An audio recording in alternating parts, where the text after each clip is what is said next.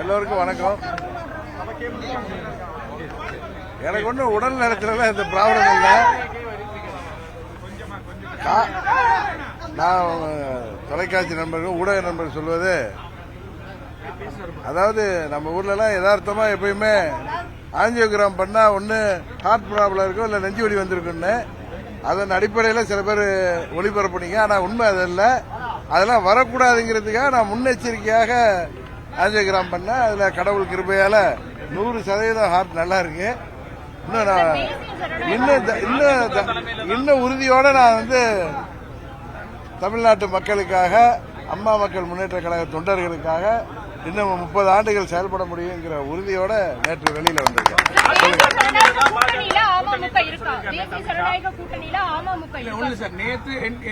உங்க கேள்விகள்ல யாராவது one by one கேளுங்க. அதாவது நேற்றைய தினம் மத்திய உள்துறை அமைச்சர் அமித்ஷா இங்க வந்திருந்தாங்க. சரி, மீண்டும் அதிமுகவோட என்டிஏ அலைன்ஸ்ல அகாமடேட் ஆயிருக்கு. சரி, இந்த நிலையில நீங்க தொடர்ந்து என்டிஏ அலைன்ஸ்ல இருந்துட்டு இருக்கீங்க. சோ தொடர்ந்து கண்டினியூ பண்றீங்களா? இது என்ன ஸ்டேட் இருக்கீங்க? நான் உங்க முன்னாடி பல முறை நீங்க இதே மாதிரி கேள்வி கேட்டப்ப நான் சொன்னதை மீண்டும் உங்களுக்கு ஒரு முறை நினைவுபடுத்த விரும்புகிறேன். அம்மாவின் தொண்டர்கள் அவர்கள் எங்கிருந்தாலும் ஓர் அணியில் திரண்டுன்னு நான் சொல்லியிருக்கேன். நீங்க ஒரே கட்சியான்னு கேட்டப்போங்களா? இல்ல, ஓர் அணியில் திரண்டு திமுக என்கிற இந்த தீய சக்தியை வீழ்த்துவதற்கு தேசிய ஜனநாயக கூட்டணிக்கு ஆதரவளிக்க வேண்டும் சொன்னேன். அதுதான் இப்பொழுது நடந்து வருகிறது.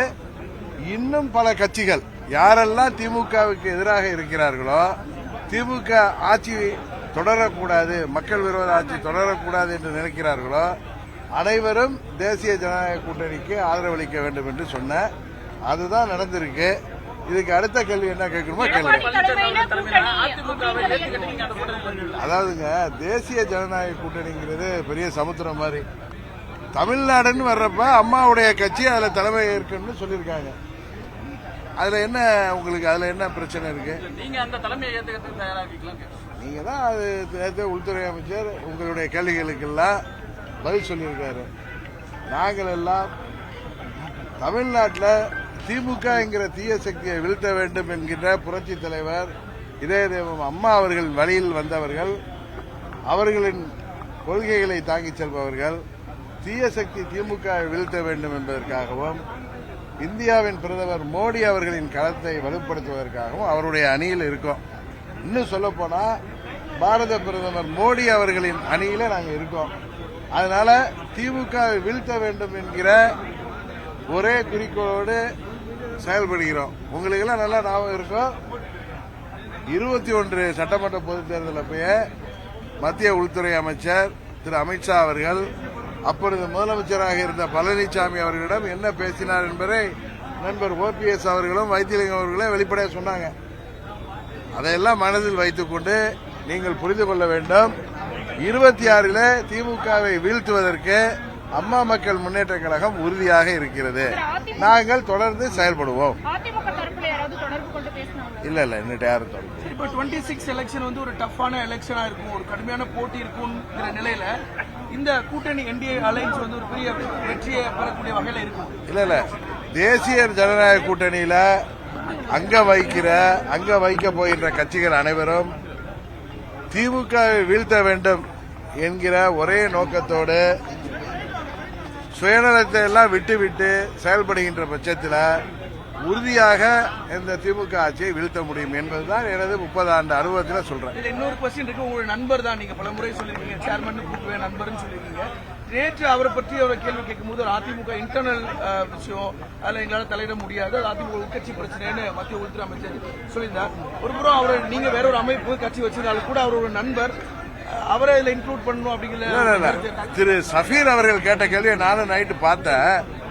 அவர் என்டிஏ கூட்டணியில ஆங்கிலத்தில் கேட்டார், whether OPS and TTV will continue in NDA and are you going to make a united ADMK கேட்டார்.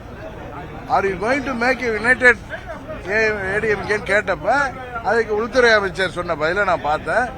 அதிமுகவோட உள்கட்சி விவகாரத்தில் நாங்க தலையிட மாட்டோம்னு சொல்லியிருக்காரு.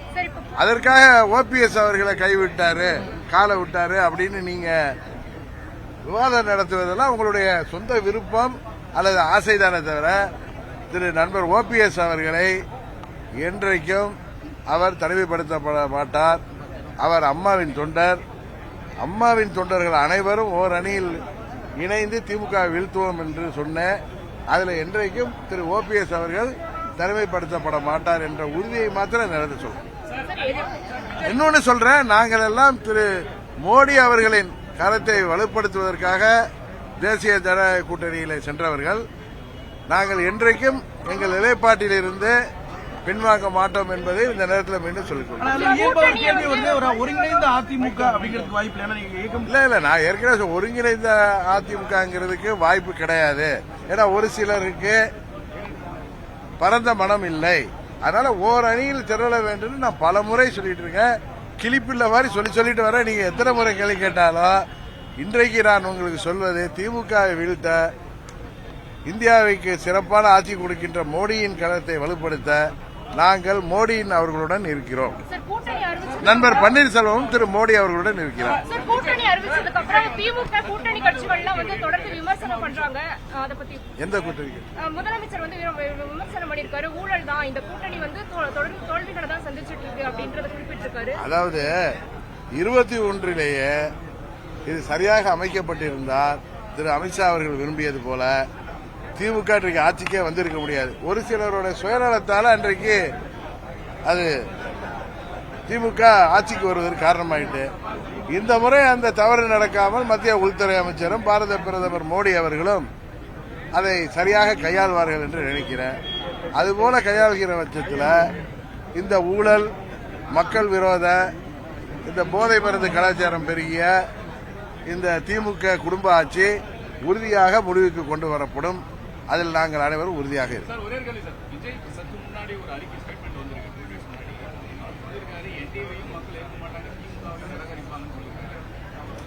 அது அவருடைய ஆசை, விருப்பம். 26 சட்டமன்ற பொதுத் தேர்தல் முடிவுகள் மக்கள் யாரை ஏற்றுக்கொள்வார்கள் என்பதை தெளிவுபடுத்தி விடுவார்கள். இதுல எங்களை, உங்களை, அவங்கள அப்படின்னு பேசுவதெல்லாம் ஒரு முறையாக இருக்காது என்று நான் நினைக்கிறேன். இறுதி கேள்வி, அமைச்சர் பொன்முடியினுடைய பேச்சு எப்படி சார் பாக்குறீங்க? பொன்முடி மாதிரி திமுக பல பேர் இப்படிதான் பேசுவாங்கன்னு தெரியும். கேட்டா அதான் திராவிட மாடல் அப்படின்னு பேசுவாங்க. இவர்களுக்கு இது போல மற்ற மனிதர்களை, குறிப்பாக பெண்களை அவமதிப்பது, சிறுபான்மைக்கு காவலர்கள் என்று சொல்லிக்கொண்டு பெரும்பான்மையை அவமதிப்பது, இதற்கெல்லாம் ஒரு முற்றுப்புள்ளி 26 சட்டமன்ற பொதுத் தேர்தலில் வைக்கப்படும்.